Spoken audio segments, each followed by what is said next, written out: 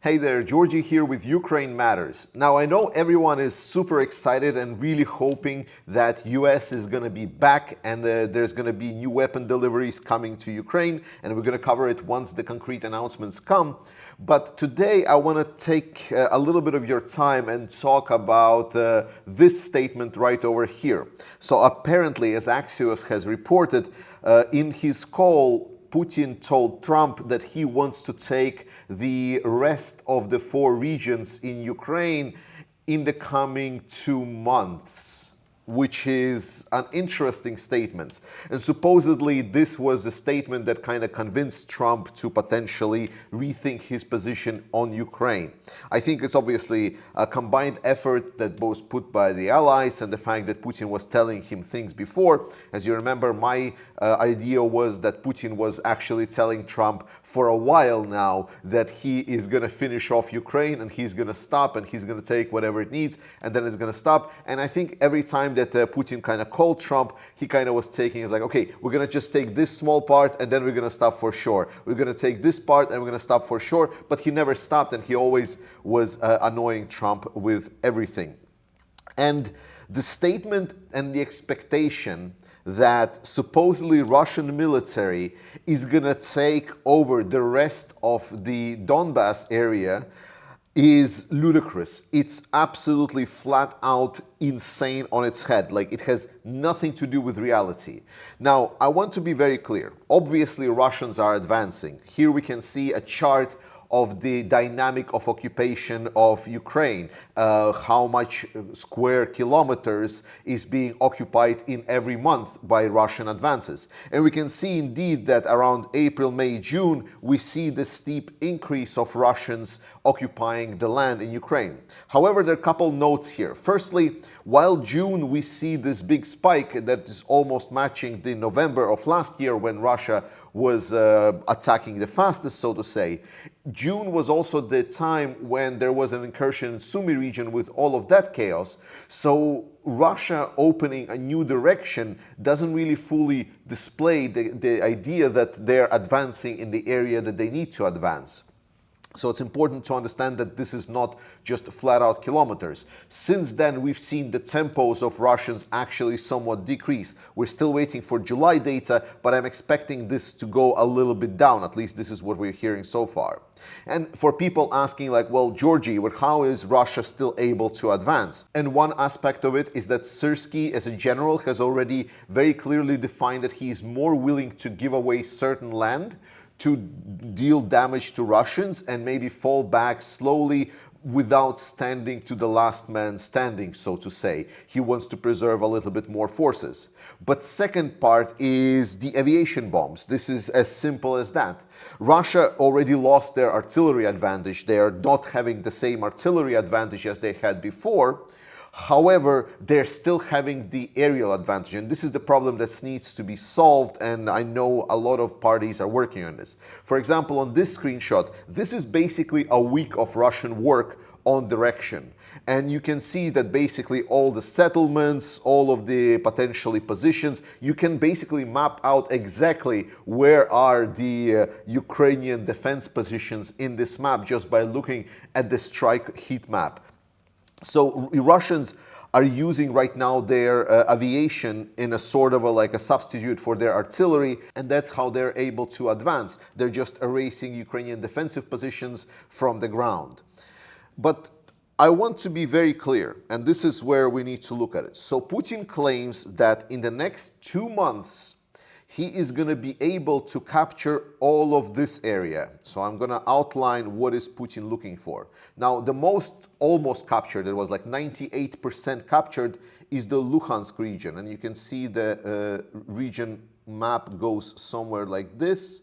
Then we have this part is the region map, and then we have this part and Zaporizhia over here. So everything that is right now not colored red and up to the red line, that is what Russia wants to capture. And the problem with Russia is that while we can say that, yeah, you know, like if we, for example, go back in time and we go to, let's say, January 1st of this year, you can see Oh yeah, there is some movement. I'm going to try to do it again. So again, January 1st, and then you can see up to today. This has been with two offensives, one in winter, one is now in summer, and supposedly Russia is amassing something else. And the most important part that we need to discuss here is that while Russia did indeed advance in some areas, as we just shown, the problem is that they are not advancing where they are having the biggest troubles. Russia is having huge issues with the settlements. And settlements, they're not advancing in the same tempo as they're advancing everywhere else, where it was mostly a majority advance based on the villages or open fields and so on. For example, right over here we have Chasiv Yar, and I'm going to put it here. Then right over here we have Toretsk. Both places almost a year already Russia is fighting in. And then we have this agglomeration right over here. This is Kramatorsk, Sloviansk, Pavlograd. If I'll try to zoom it in a little bit, let me give you a zoom in. You will see that Kramatorsk, Sloviansk, and Pavlograd, Mirnograd, the area over here, this area is insanely heavily urbanized. The amount of buildings that Russians would need to go through here will make Chasiv Yar, which is located right over here, and Toretsk, which is located right over here, blush. Those two areas, Russia will take forever to take over. It's not going to be the same comparable tempo, even if they will attack. Though there are certain analysts stating that a lot of these people claiming that Russia has amassed additional 100,000 force supposedly in the east that is now going to be attacking, that this is all nonsense and that this is the same force that was already there and Russia is just now advancing towards it. For example, I can actually try to switch here to the satellite map. And it's not as good. You cannot really see fully I mean, if you look closely enough, and I encourage you, everyone, kind of on your own, just look at the size of the urbanized area of these settlements and then compare it to the size of the urbanized areas in Toretsk, Chasiv Yar, or even Bakhmut.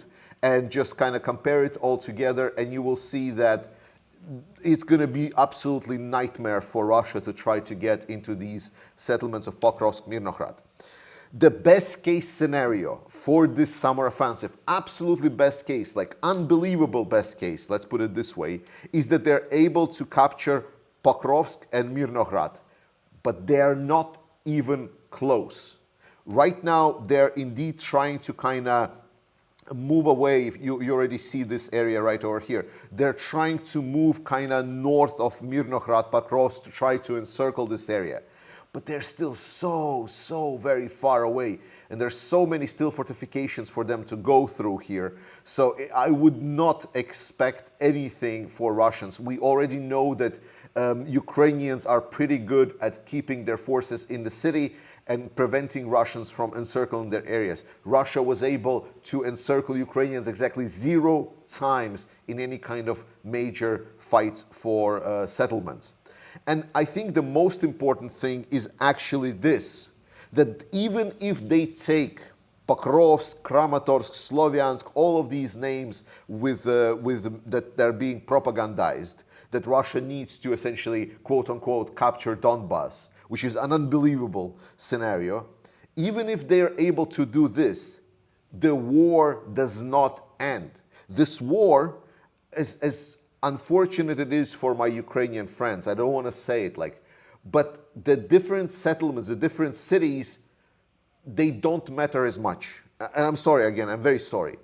Because this war is for Ukraine, the whole of Ukraine, the country, the independence. This is not the war for Pokrovsk. This is not the war for Kramatorsk. This is not the wars for Sloviansk or anything. Russia capturing these settlements changes nothing. So even if we agree that maybe Putin tried to convince Trump that he's going to take in the next 2 months, which he absolutely will not, you can quote me on this 100%. It's an absolute fantasy scenario. But even if you agree to potentially Russia can at some point take Donbas, the whole region, so what? So what? Nothing changes. Russia is not being able to then continue on. We already seen the economists reporting and stating that the issue is for Russia that the attrition rate against them is increasing. Ukraine is getting better at killing Russians, especially now with Magyar setting new targets that more and more Russians needs to be targeted. We now see that this war is becoming deadlier and deadlier and deadlier for Russians. And you might say, it's like, yeah, Georgie, but maybe Russia will still be able to get new forces. Maybe they will invite some people from North Korea, get some more people, so they still have a lot of pool to drain from. Yes, but we're talking about how fast they will able to supplement it. All of these previous years, they were able to attack on the armored vehicles. Now they're attacking on foot. They're already very low on equipment and so on. Ukraine has struggled a little bit now with these tactics that they're having with the aviation bombs plus the light cavalry on motorcycles. But they are adapting to these new type of warfare. And the point of the matter is Russia doesn't have a lot of different options. They have a lot of terror tactics. They have a lot of terror ability to strike the deep in Ukrainian cities and so on. And that is nasty for sure. But this chart, the fact that the war is becoming deadlier and deadlier and deadlier for Russians, show only one thing, that as the war goes along, the attrition rate for Russian is increasing and increasing and increasing and increasing. So whatever Russia is doing, at some point, there will be an accumulated costs of Russia per month of Ukrainians that they will not be able to fully restore their fighting capabilities. Russians will just not be able to get more forces on the ground per month compared to what Ukrainians are able to remove from there. And that means no new offensives. That's it. So it doesn't matter whether or not Russia captures Donbas, doesn't capture Donbas or not, all of them are still going to die if they continue their war in Ukraine. And we're not even talking about the economy and the problems that Putin is facing now, hopefully by pissing the United States off as well. So don't get discouraged. Know that whatever is happening right now, whatever words Putin is saying, it's all delusion, it's all bluff, it's all just to make you afraid, prolong some times, bow to Russia. All of that is nonsense, because when we look at the actual data, we see only one thing. Russians are not having a good time. I love you guys. Slava Ukraini, and I'll see you next time.